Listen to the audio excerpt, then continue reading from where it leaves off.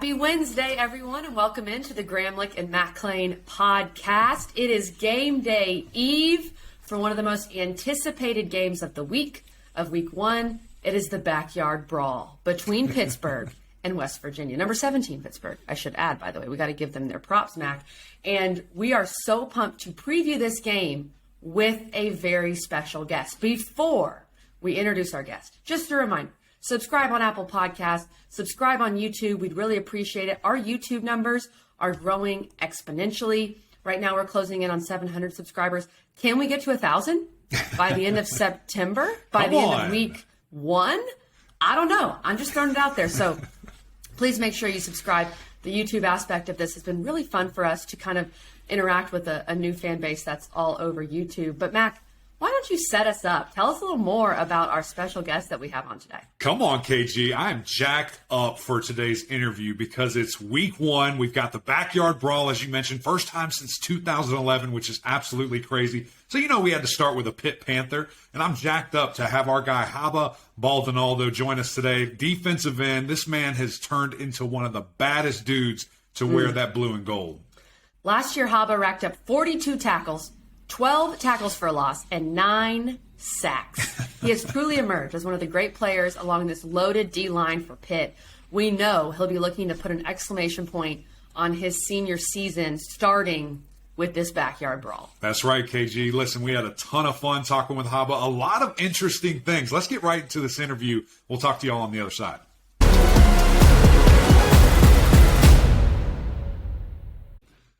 Haba, my man, welcome to the show. Listen, we are so jacked up to have you today. I just want to start with your story because it's so unique how you got to Pitt. And I want to spend some time here because you grew up in Rome, Italy. And I was watching this, I guess, a feature that you did with Pitt way back when. And, you said yourself, football, not a big deal there. Really, sports in general, you got to play club if you want to play at all. So with that, I mean, how did you discover football? How did you fall in love with it? What was that story?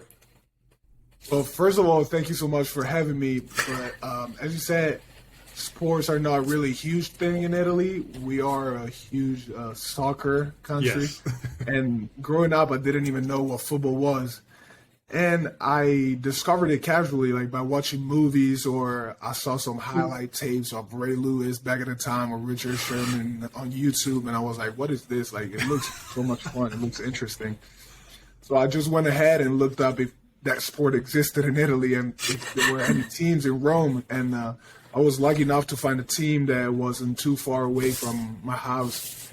And actually, I started playing football and quit after a couple months, and then I went back a couple years after, and I just fell in love with it. So you said you're seeing some highlights. You're seeing Ray Lewis just destroy somebody, and you're like, yeah, I want a piece of that. How old were you? Were you a child? Were you a young kid? Like, how old were you at this time? First time that I tried, I was about 12, 13. Okay. And then I stopped, and I went back when I was about 16. Okay. Was it always D-end for you? Like, did you always want to rush the passer? Is that what attracted you at first? No, I tried pretty much every position. I actually started playing as a receiver because I was tall but super skinny. I was about like 180 or something like that, fairly fast. So they were like, try a receiver. And let's just say that was not my position. And one of my coaches at the time were like, from your size, it looks like you could be a great DN, so just try it out. And after that, I never stopped. That's awesome. Let's talk about... Sorry, that's why I'm wearing 87 though, because when I first started as a receiver. That receiver background, that's right. I always wore that number. That makes sense. Okay, we're getting a little more insight here. And again, with your story, which to me is just incredible because in high school, you decided to take the leap of faith and move to the U.S. and go to Florida and play high school football. I would have to imagine you thought, okay, this is the only way I'm really going to get noticed if I go to the States to play college ball. But what went into that decision for you? Because that's a big move for a 17-year-old kid. I don't know. It might sound crazy, but as soon as I had the chance, as soon as they offered me the possibility to move over here to Florida, I said yes. Oh, wow. 2 months, I got my visa, everything in order. I just quit my school back in Italy, left everybody, and just moved. Wow. I love the sport. I wanted to find a chance to go live on my own, to create my own path, and that was the perfect chance. My man's a trailblazer. I love that. How about that, man? I mean, that's incredible. Mac, before we get into more of the football here, this is where I'm going to ask my Italian. There you go. Okay. And I know you said you were ready to move to the U.S., and Mac and I both love this country. There's a lot of positives about this country. But the Italian food, I have to imagine, look, we have some good Italian food, but it can't be as good as Rome, Italy. So explain to us the difference and what you miss the most. If I had to give Italy a 10 in food, I would give to the U.S., to the American Italian food, a good 7.5. Spots. There's great spots, good food, good pizza, good pasta, but it's just different. The ingredients, the way that everything is prepared, made, is way simpler, but in its simplicity, is so tasteful and so good. It's hard to describe. People will have to try it to understand. Listen, I just got done working out. I am starving right now, and I'm just thinking about how fresh it probably is, how good the food is. I could smash some pasta right now. So I appreciate you guys making me starving while we're talking about this. I want to go back to high school for a second before we move on to Pitt. You had 30 sacks in your senior year. Did they just not try to block you? Walk me through this year, because I saw that number, and I was like, this has to be a typo. This is unbelievable. Yeah, something like that. Well, back in Italy, I used to play against grown men because we don't really have any pro league. We don't have sports in school, so it's just club teams. And the A league, the A series at the time was between 17 years older and 40 years older. So I was playing against pretty big and stuff. So coming back to Florida, playing against kids of my age, it was child's play. It was literal child's play. Yeah. That is crazy. So KG brought it up. You kind of laid it out there pretty bluntly, actually. What was, as soon as you fell in love, as soon as you found out that you could, get 30 sacks in one season, was college the dream? Has NFL always been the dream? How did that come about, I guess, when you decided to make that jump to pursue this thing, maybe professionally? Well, it wasn't always the dream. When I started playing football back in Italy, I had fun with it, but it was just a sport. It was just my passion, something that I was doing to have fun and enjoying it. Once I had the opportunity to go to Florida, I was like, maybe I could do something good with it. Maybe I could proceed and get to a higher level. And at that point back in Florida, I thought that D2 I would have made it, or D1 FCS. That was my goal. And then once the offers and stuff started rolling in, I was like, maybe I got a fair shot at doing it all the way. And, wow. That's how it went day by day. How about that? So how did you decide on Pitt? I mean, you come from Rome, you're in Florida. How did Narduz and those guys, seal the deal with you? Coach Dews was definitely a huge part of it. Back at the time, Coach Harley, the linebacker coach, and Coach Partridge, just great people, great dudes that I immediately clicked on with. So they were a huge part of it. The school at the academic level was impressive. When I visited, I was really impressed by the whole staff, the professors that showed me around, and overall the city. The culture in the city, the huge Italian population down in the strip. They brought me in the Strip District, looking at all the Italian stores and markets. So all these little pieces brought me to this final decision. That's really interesting, the Italian presence in Pittsburgh, and they sold you on that, which is honestly very smart for them. Growing up in Italy, did you know Pittsburgh was a city? Maybe you were familiar with the Steelers. Was that part of it? Honestly, I had no idea what it was. Not even when I was in Florida. When they came to visit me, Coach Harley back at the time, I was like, I have no clue. Where is that? What part of the country are you guys in? I had to look it up on Google Maps, but once I flew in, it's a beautiful city. It's really cool. It is. It really is. The bridges and of course, the culture there. You bring up Coach P, and we know Pittsburgh and that program has such an emphasis on defense, and Narduzzi's a defensive-minded head coach, but specifically the D-line, getting after the quarterback, racking up those sack numbers. What has Coach P meant to you and your development? I don't know. It's hard to find the words. You mean, you know what I mean? Coach P basically taught me football. He taught me how to play. He taught me, like, he would always say, like, I would get in late at night and he would teach me stuff about football, you know, different plays and rules. And they would call it the football 101 lessons late at night. So I really owe him everything. I'm who I am thanks to him. And I couldn't thank him enough. And this shows, like, the type of person that Coach B is, like, bringing that standard inside the D-line room, creating all these great players, and not changing, being the same every day. Yeah, he is one of the best, just a tremendous coach. And, man, and I know that he loves you guys far more than just on that football field, and I know what that means to you guys. So KG brought it up. You kind of brought it up there, and your development has been tremendous, man. It's been really fun to watch from afar to see, you know, this kid show up. And now you're going to leave as this beast, this man that's just been developed at Pittsburgh. And truly, you've become one of the best defensive ends in America. I mean, how much of that success do you attribute to working with guys like Patrick Jones and Rashad Weaver and Jalen Twyman? I mean, just these dogs that have come from Pittsburgh that, you know, kind of have paved the way for you.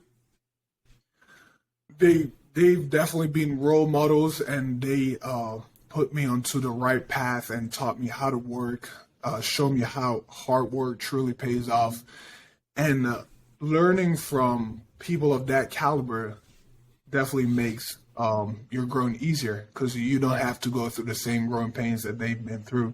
They teach you what to do, what not to do, what to do in order to become great, you know. So being part of this great D-line unit has definitely helped me become who I am right now.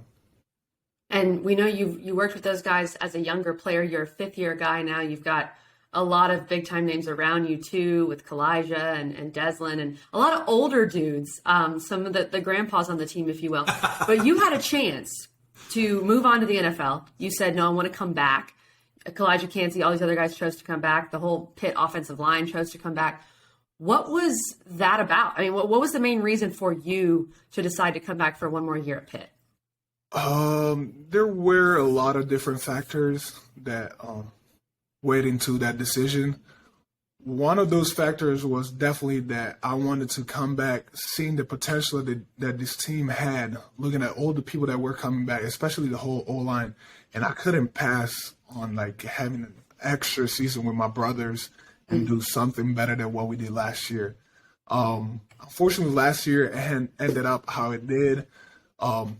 We achieved great things, but I believe that we had the potential to do way better than that. And I truly believe that the team this year has that same potential.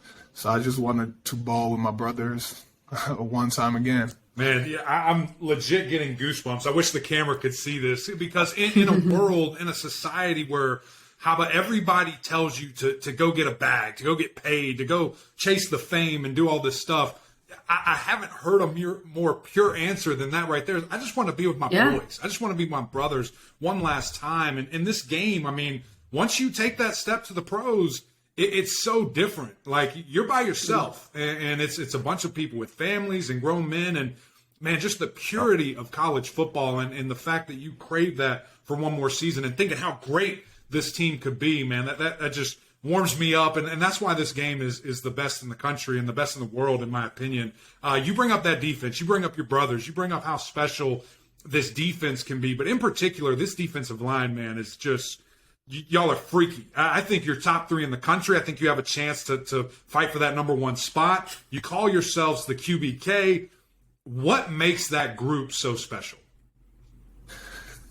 Well, you know, definitely the people that are in that room make it special. The great character players that we have, the great leaders that we have and we've had, and the standard that was set by Coach P and is upheld every single day by all the players, you know, the whole D-line. Playing for this defense is crazy. We wreak havoc in the backfield. That's what we do. We got sacks. We got TFLs. Like, we make plays. Nobody can stop us. We're top 2, not 2, you know. But, you know, it's just fun. They're my family. and we just like to play together and for each other. Do you hold on, Casey? Do y'all like Okay. feed off each other? Like, is it a party in the backfield? Like if Cansey goes in there and gets a sack, and you were right there, you're like, man, you took my sack. I'm getting it next time. If Big Morgan's back, like, do you guys is it that aggressive and competitive of who gets to the quarterback first?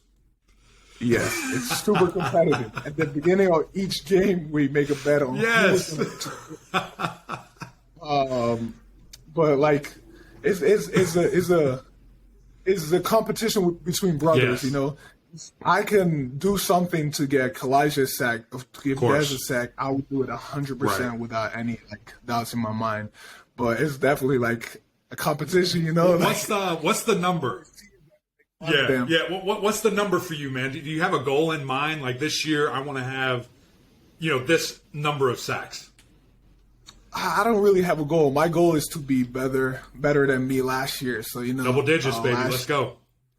That's the goal. I don't need to say much. Always improving, never staying the same. What are we betting between fellow D linemen on who can get to the QB first? Or is there any sort of, action there? Are we betting anything? Usually it's like push-ups. Okay. Nothing crazy. Okay. Nothing Not a crazy. steak dinner down the street. Nothing like That's that. very pure. We should I like that, Matt. steak dinners. I'll start eating good after every game. Oh, there we go. I like that. Yeah, you got to bet on yourself. Bet something big. Overall, Haba, we're seeing the Pitt logo in the background.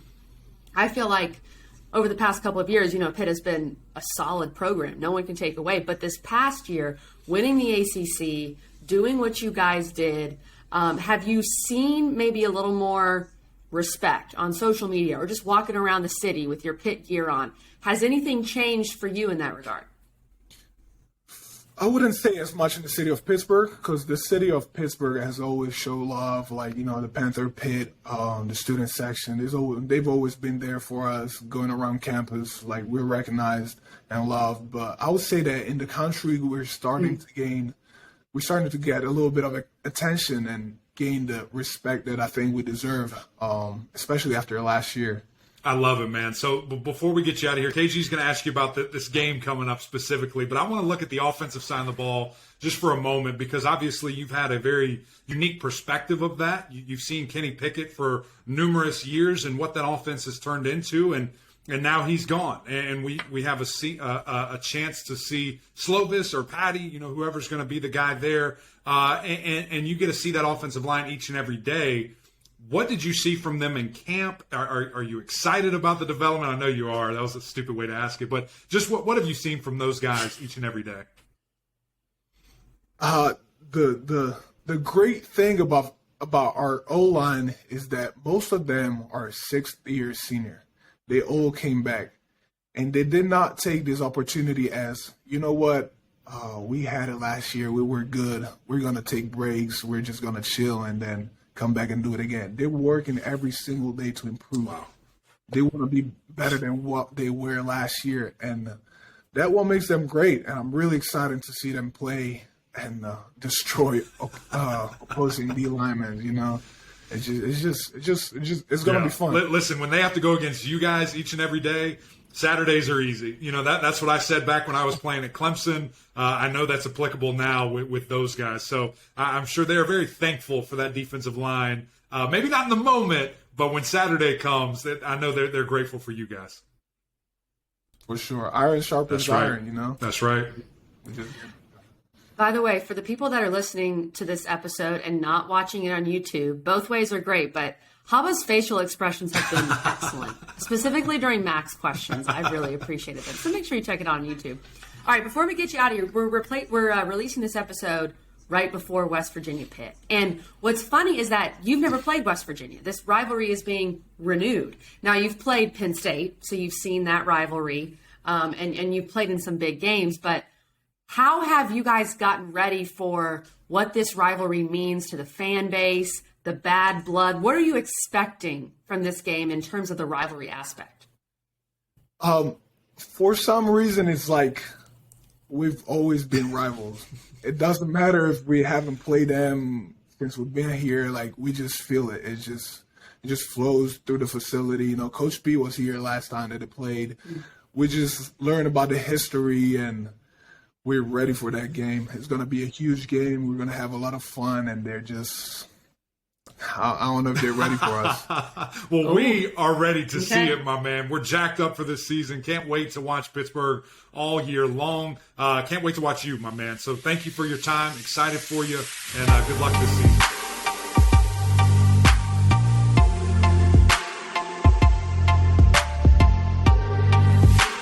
Man, what a fun interview. KG, I really the football was great, but the culture aspects of that interview were just nuts. You know, I saw a couple of little interviews. I read some stuff kind of preparing for this, and, you know, just hearing him, you know, talk about that decision and coming over. And then, you know, as we were interviewing him, it was like, yeah, I just did it. There was no issue with me, you know, doing this. I would be homesick. I'd be missing my mom. And he's like, no, I just came over to Florida and, you know, balled out. Very mature guy. You can tell. I know he is a fifth-year senior, so he's probably 22 or 23, but it seems like he was that mature from when he was 16 and 17, when he was playing football against grown men in Italy. That will prepare you for high school ball, where he was Zioning people. If you remember Zion dunking on those 5'5" dudes in his private school league. That's what I feel like Haba was doing in high school football in Florida. But really appreciate his time, Mac. I think he's going to have a great year and has a chance to make himself a lot of money going into the league. Is it just me, or have you been craving pasta since that interview? Because I have. I got to tell you, we went down or up. I keep saying down. Like, where do I live? Do I live in Canada? Everything is down for me. We went to Chapel Hill, and we went to this bomb Italian place, and all I could think of was Haba. And I was like, would he think this is good?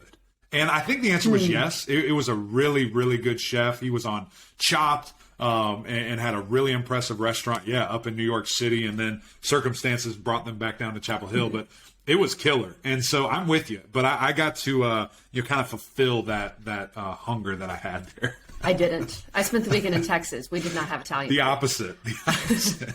What was the name of the Chapel Hill restaurant? If I tried to pronounce it, I would butcher it. So let's just say it was the most Italian name that you could think of, and that was it. I'll tag it on social media somewhere so people can see it. Because people want to know. That's right. All right, Mac.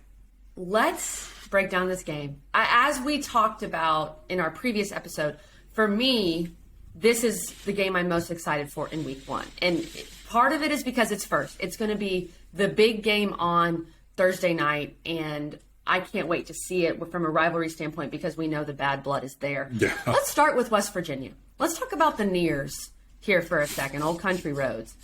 JT Daniels has completed his trip across the nation from Southern Cal to Georgia to West Virginia. And we know he's a super talented guy. We know he was a 5-star. He's been plagued by injuries at Southern Cal, where he lost the job to Keaton Slovis, who's playing quarterback at Pitt, because he got hurt against Fresno State in game one of the 2019 season, and then Keaton Slovis took over. He was hurt at Georgia. He was replaced by Stetson Bennett. So he's lost some jobs at different places. We know he's capable. My biggest question with him at West Virginia is we haven't really seen that prolific passer. We never saw it at Georgia. Now, Georgia's a little different. Right. We haven't seen that. He is paired up with Graham Harrell, who's the OC at West Virginia, which I like for him. But my main question too, Mac, is does he have the wide receivers and the weapons to actually go out there and perform as well as he did at Southern Cal back in the day at West Virginia? Yeah, I think it's honestly, KG, like you said, talent there, arm talent there. We have seen glimpses, for the past 4 or 5 years, however long he's been in college. And it just, the consistency, probably because of injury, is what has really held him back, right? From being this, first overall pick type of guy that everyone probably thought when he was coming out of high school. So I think when you look at his situation here, the fact that Graham Harrell is here. He's the OC. He's back in the Big 12. For those of you that don't remember, he was a beast at Texas Tech. Just Who doesn't remember that? Right. Just throwing it all over the yard. How young are our listeners? You are a Texas gal, so I would actually challenge that. I'd love to see who does remember that. Because I think was it was when like Greg McElroy, who that was like was our 08. guest this summer, was committed to Texas Tech. That's right. So a lot of synergy in this episode. Yeah. It's crazy. But if you guys remember, that was an air raid offense. They're throwing the ball all around.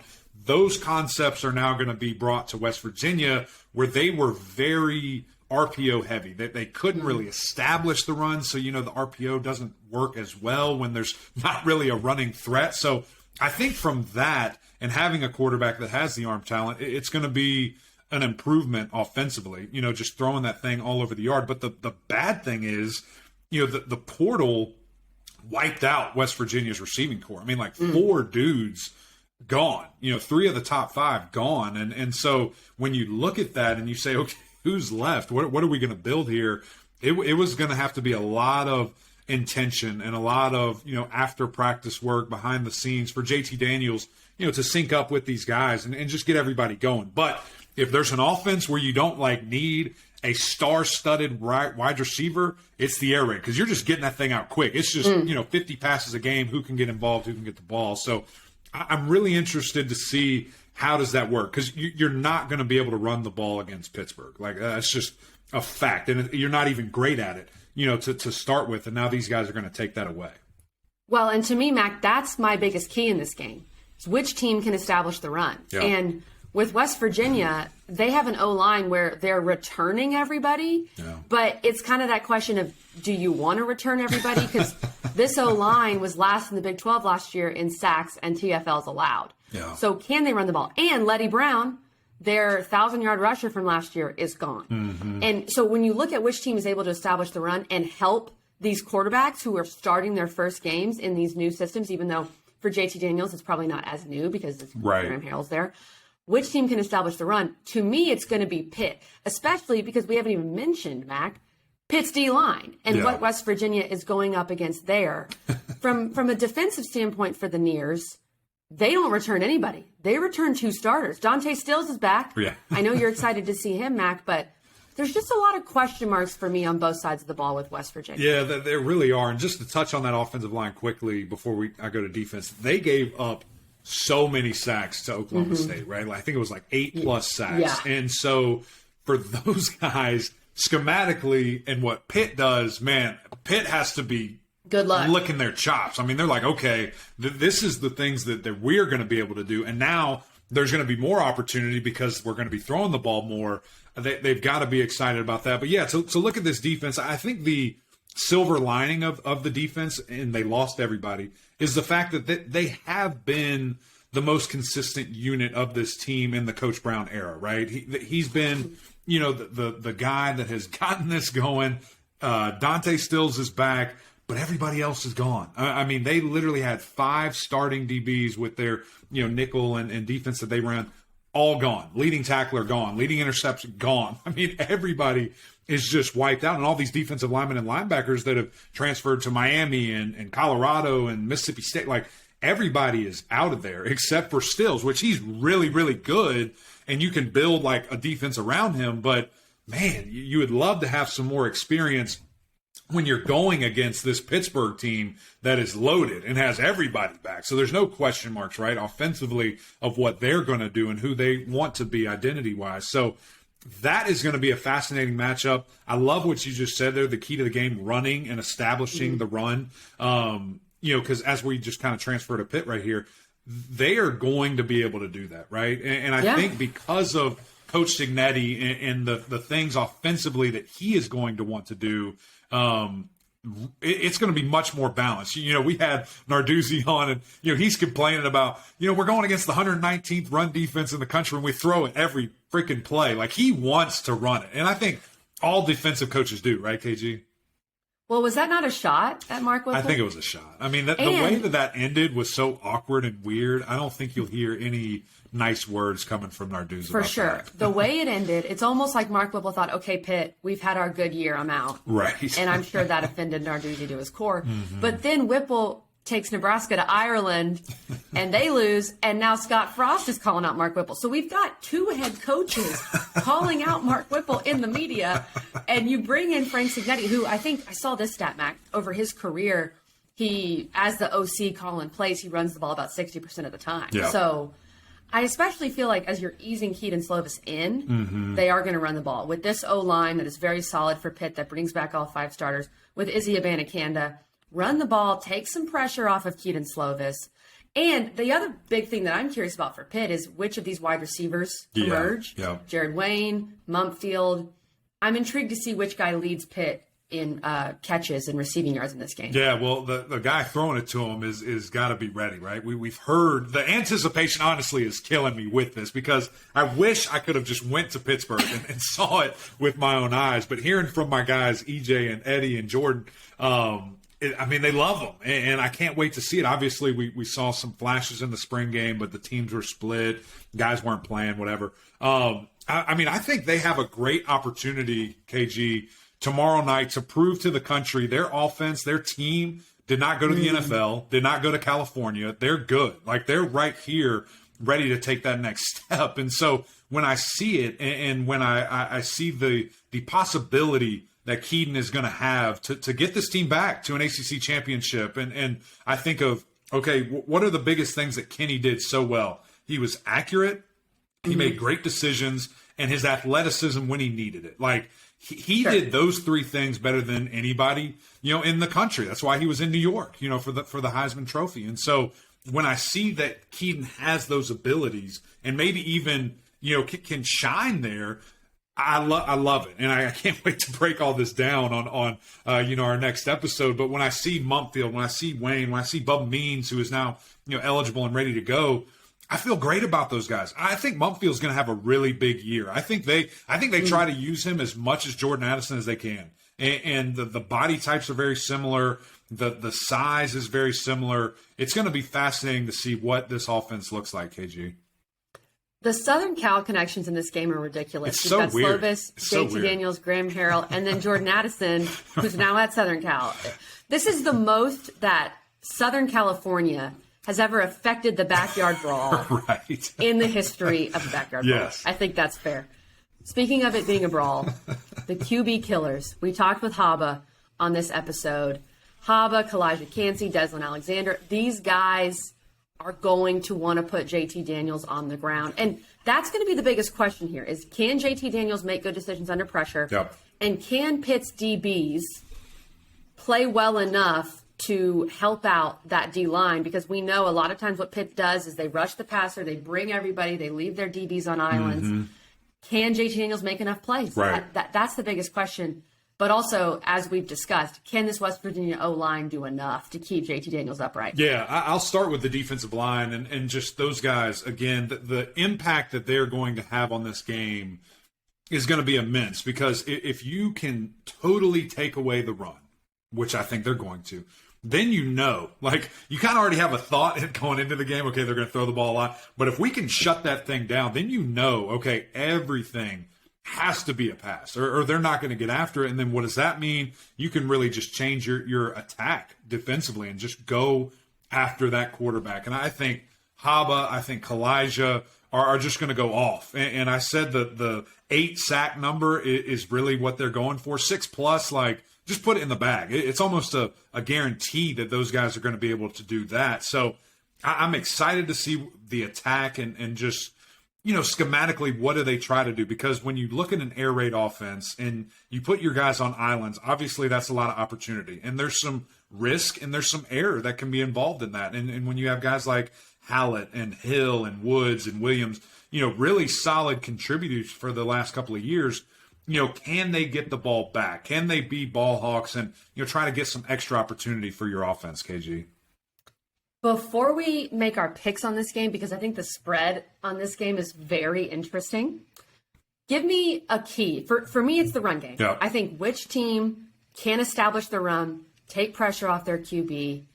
In a game one where teams are still figuring themselves out, in a rivalry game, I think the run game is going to be so incredibly important. What is your key for this game, Mac? Yeah, I'm going to go opposite and just, let Keaton Slovis rip it. Like, let him, get that confidence that he's the guy, that he's... So we disagree a little bit. We disagree. Here. We do. And I certainly think that's, running the ball is vital. But, letting him throw that thing, like letting him extend it down. A little bit of opposite of what Carolina did, with Drake May. Like, he's dishing it out, a little 10-yard, little 8-yard, little 15-yard. I want to see him push the ball downfield. And maybe we don't see that. It's risky. But when you are replacing 5 DBs, like, I'm testing those guys. Like, I'm saying, okay, let's go right at them and see what we can do offensively. So keep them up, let them cook, let them get confident, because you're playing a Tennessee team next week, and we're not looking ahead, but there's going to be a lot of offensive firepower on that field, and you've got to be able to keep up. And so get your quarterback confident, let him go, and let him just figure out who's my guy. Who's my guy when the lights are on and when we're keeping score. One game at a time. That's right. That's right. Okay. The spread on this game is 7.5. Pitt is favored by 7.5, and the over-under has gone down, right, Mac? 51.5? That's right. It's down to 51. We're out on the total? That's right. Okay. Before we make our picks, I want to throw this stat at you. Uh-oh. I found this last night, and I was pretty shocked. Pittsburgh, in their last 15 games, is 11-4 against the spread. Wow. That is pretty darn good. Now, you could argue perhaps last year at times Vegas undervalued it, and so they covered the spread. I think 7.5 is about an adequate value play for this. And for me, Mac, if you don't mind if I go first here, because I think we're going to disagree. This is a rivalry game. We've got 2 quarterbacks starting their first games for their new programs. We've got a lot of new faces on both sides of the ball. I think there's going to be an emphasis on the run.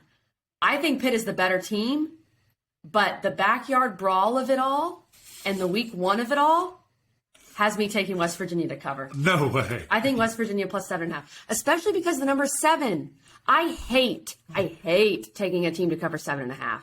It stresses me out because a touchdown win does not get it done for you.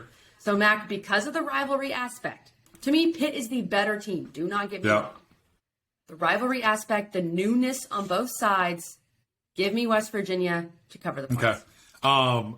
This is a rivalry that affects the fans more than it does the players. I know. No player has played in this rivalry. We haven't played since 2011. So for that aspect, I don't think it's as anything can happen as most rivalry games. Okay. I don't think it's as affected where it's like, throw the record books out, throw it all out. You never, like Iron Bowl, you never know what's going to happen. I don't think that's the case. I think Pittsburgh is a significantly better team. So with that in mind, I think they cover.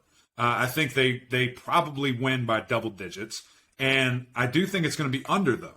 I'm taking the under because I agree. I think that this Pitt defense is going to have their way, and it's a low-scoring affair by the Mountaineers. So with all that in mind, I'm taking Pitt. I'm taking them to cover, and I think it's a look at us. We're still here. We're going to be just fine this year type of game from Pittsburgh. I think it still is that way. I think people come away from it thinking Pitt is the better team. And I do think it's under. I'm thinking it could be something like 27-21, something just weird. Where West Virginia scores late and they cover. I just don't see them scoring 3 touchdowns, honestly. I really don't. Maybe it's a little lower than that. Maybe it's a 17-10. But with the defense that they just don't have in West Virginia, how are they going to stop? It's going to be fascinating. I can't wait to see. I suck at picks, just so you know. So, guys, probably listen to Kelly, but I'll rub it in her face. Mac, this could be a new year for you. Right. I hope it is. Because here's what Mac does. I think Mac is too logical at times about college football. College football, there's a reason why Pitt's only a 7.5-point favorite when they're the better team. Right. And it's game 1, week 1. Okay, Mac, we do have one more game to talk about. And by the way, we are going to post all of our picks on social media throughout the year, so make sure you interact on there, at Kelly Gramlich, at Eric McLean. We have another game that is happening tomorrow, Thursday. The Wake Forest Demon Deacons are taking on the Virginia Military Institute. And the big thing here, there's no spread on this game. Wake should roll. I think what we're all looking for in this game, Mac, is how does Mitch Griffiths look?